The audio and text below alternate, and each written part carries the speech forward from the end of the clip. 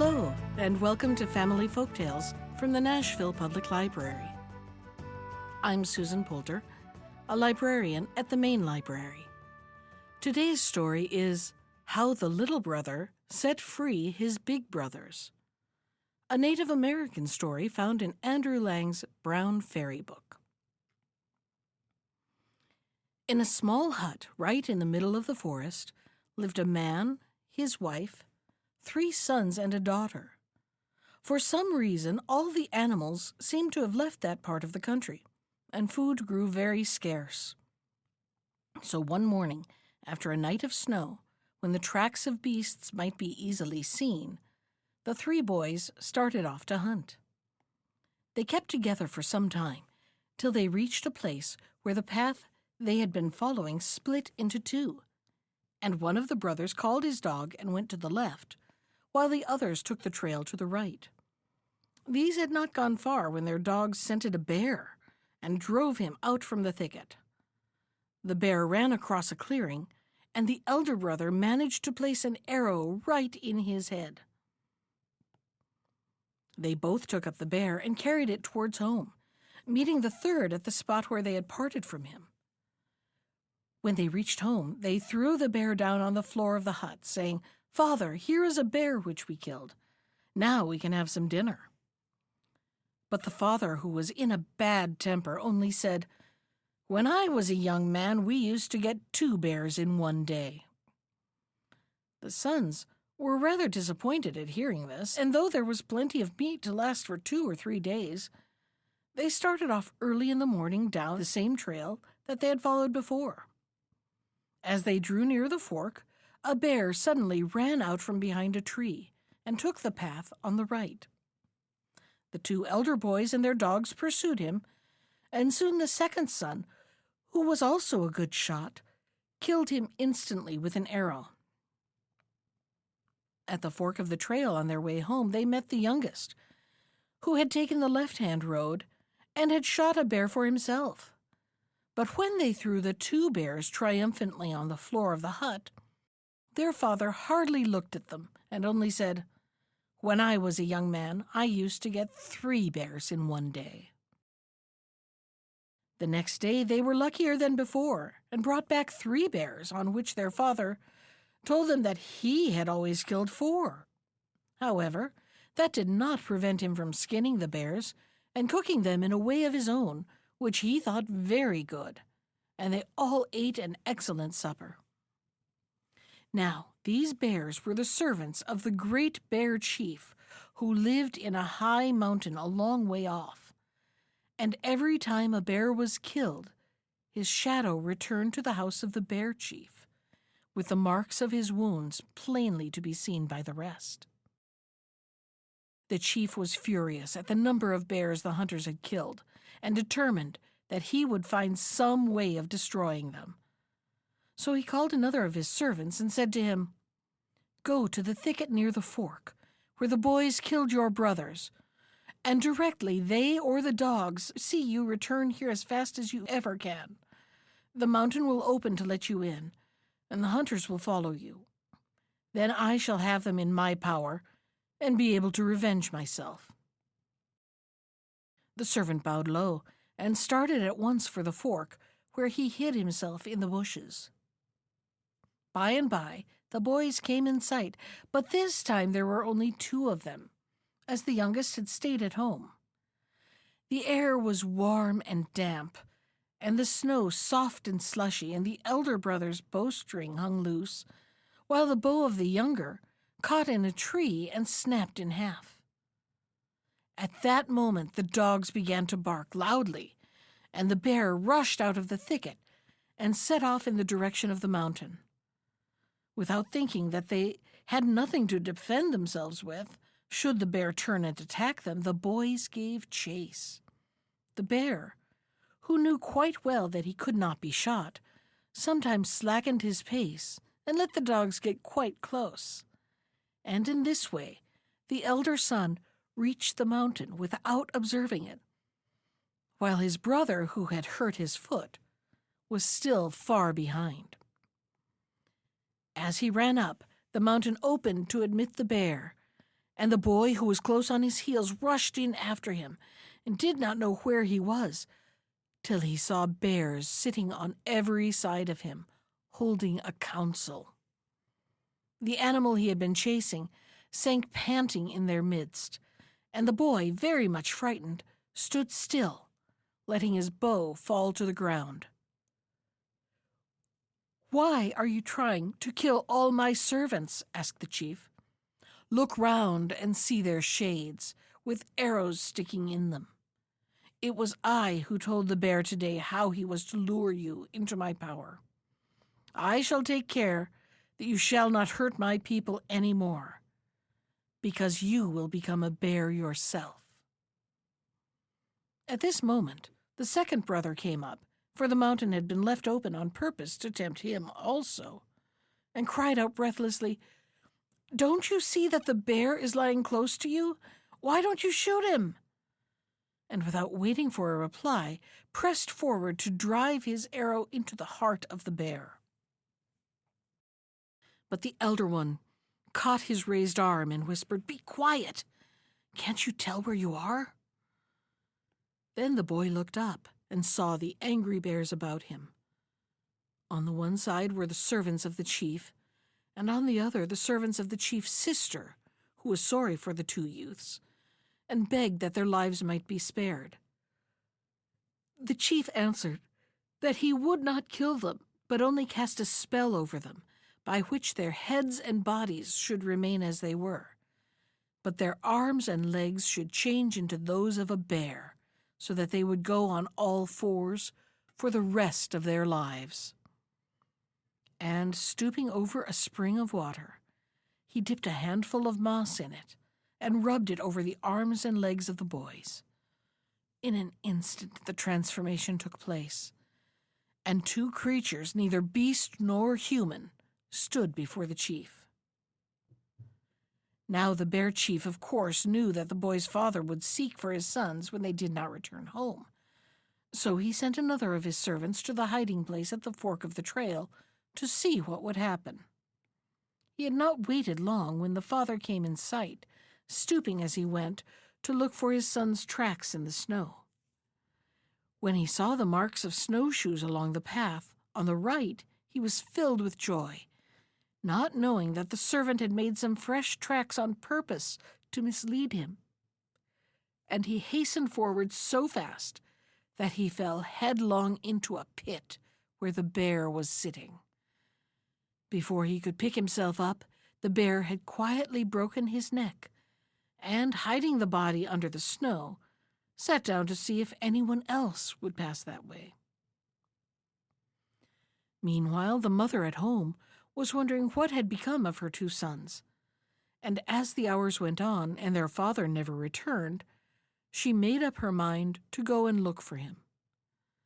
The youngest boy begged her to let him undertake the search, but she would not hear of it, and told him he must stay at home and take care of his sister. So, slipping on her snowshoes, she started on her way. As no fresh snow had fallen, the trail was quite easy to find, and she walked straight on till it led her up to the pit where the bear was waiting for her. He grasped her as she fell and broke her neck, after which he laid her in the snow beside her husband and went back to tell the bear chief. Hour after hour dragged heavily by in the forest hut, and at last the brother and sister felt quite sure that in some way or other all the rest of the family had perished. Day after day the boy climbed to the top of a tall tree near the house, and sat there till he was almost frozen, looking on all sides through the forest openings, hoping that he might see someone coming along. Very soon all the food in the house would be eaten, and he knew he would have to go out and hunt for more. Besides, he wished to seek for his parents. The little girl did not like being left alone in the hut, and cried bitterly. But her brother told her that there was no use sitting down quietly to starve, and that whether he found any game or not, he would certainly be back before the following night. Then he cut himself some arrows, each from a different tree, and winged with the feathers of 4 different birds. He then made himself a bow, very light and strong, and got down his snowshoes. All this took some time, and he could not start that day, but early next morning he called his little dog Redmouth, whom he kept in a box, and set out. After he had followed the trail for a great distance, he grew very tired and sat upon the branch of a tree to rest. But Redmouth barked so furiously that the boy thought that perhaps his parents might have been killed under its branches, and stepping back, shot one of his arrows at the roots of the tree, whereupon a noise like thunder shook it from top to bottom. Fire broke out, and in a few minutes a little heap of ashes lay in the place where it had stood. Not knowing quite what to make of it all, the boy continued on the trail and went down the right-hand fork till he came to the clump of bushes where the bears used to hide. Now, as was plain by his being able to change the shape of the 2 brothers, the bear chief knew a good deal of magic, and he was quite aware that the little boy was following the trail, and he sent a very small but clever bear servant to wait for him in the bushes and to try to tempt him into the mountain.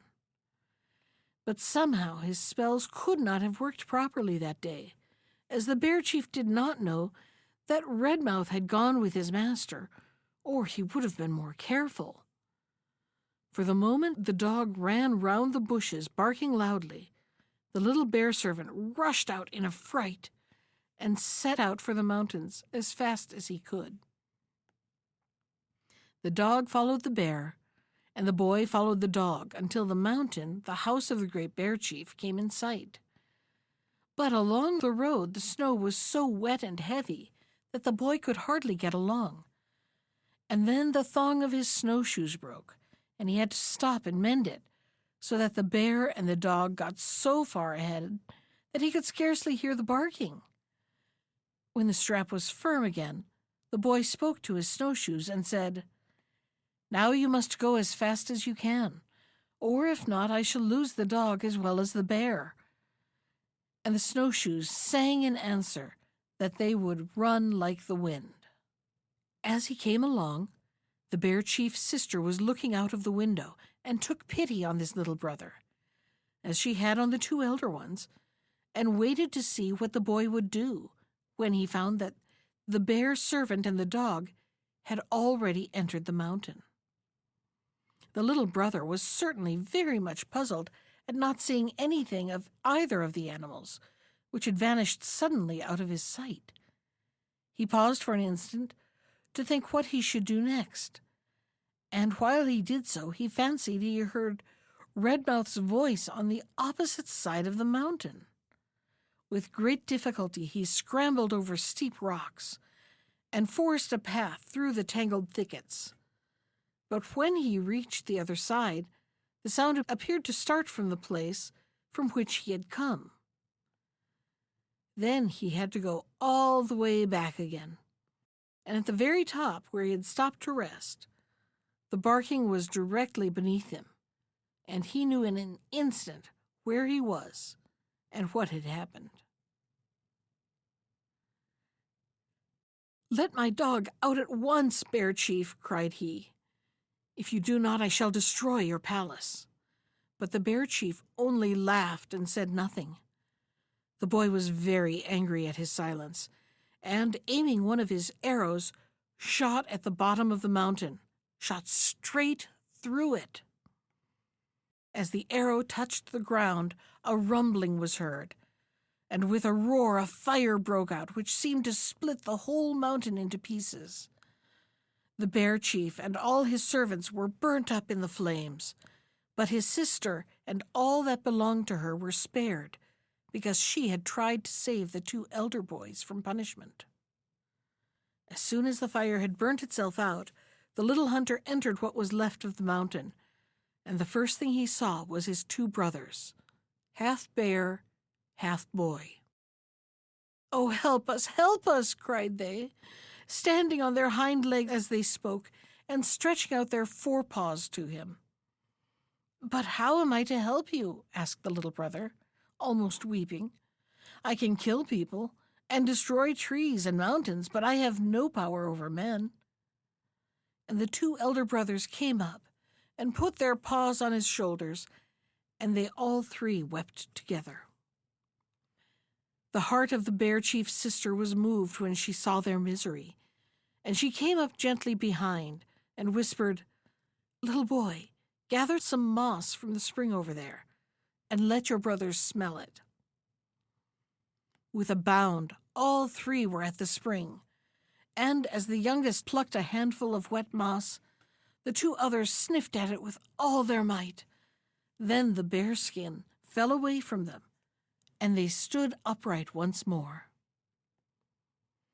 "How can we thank you? How can we thank you?"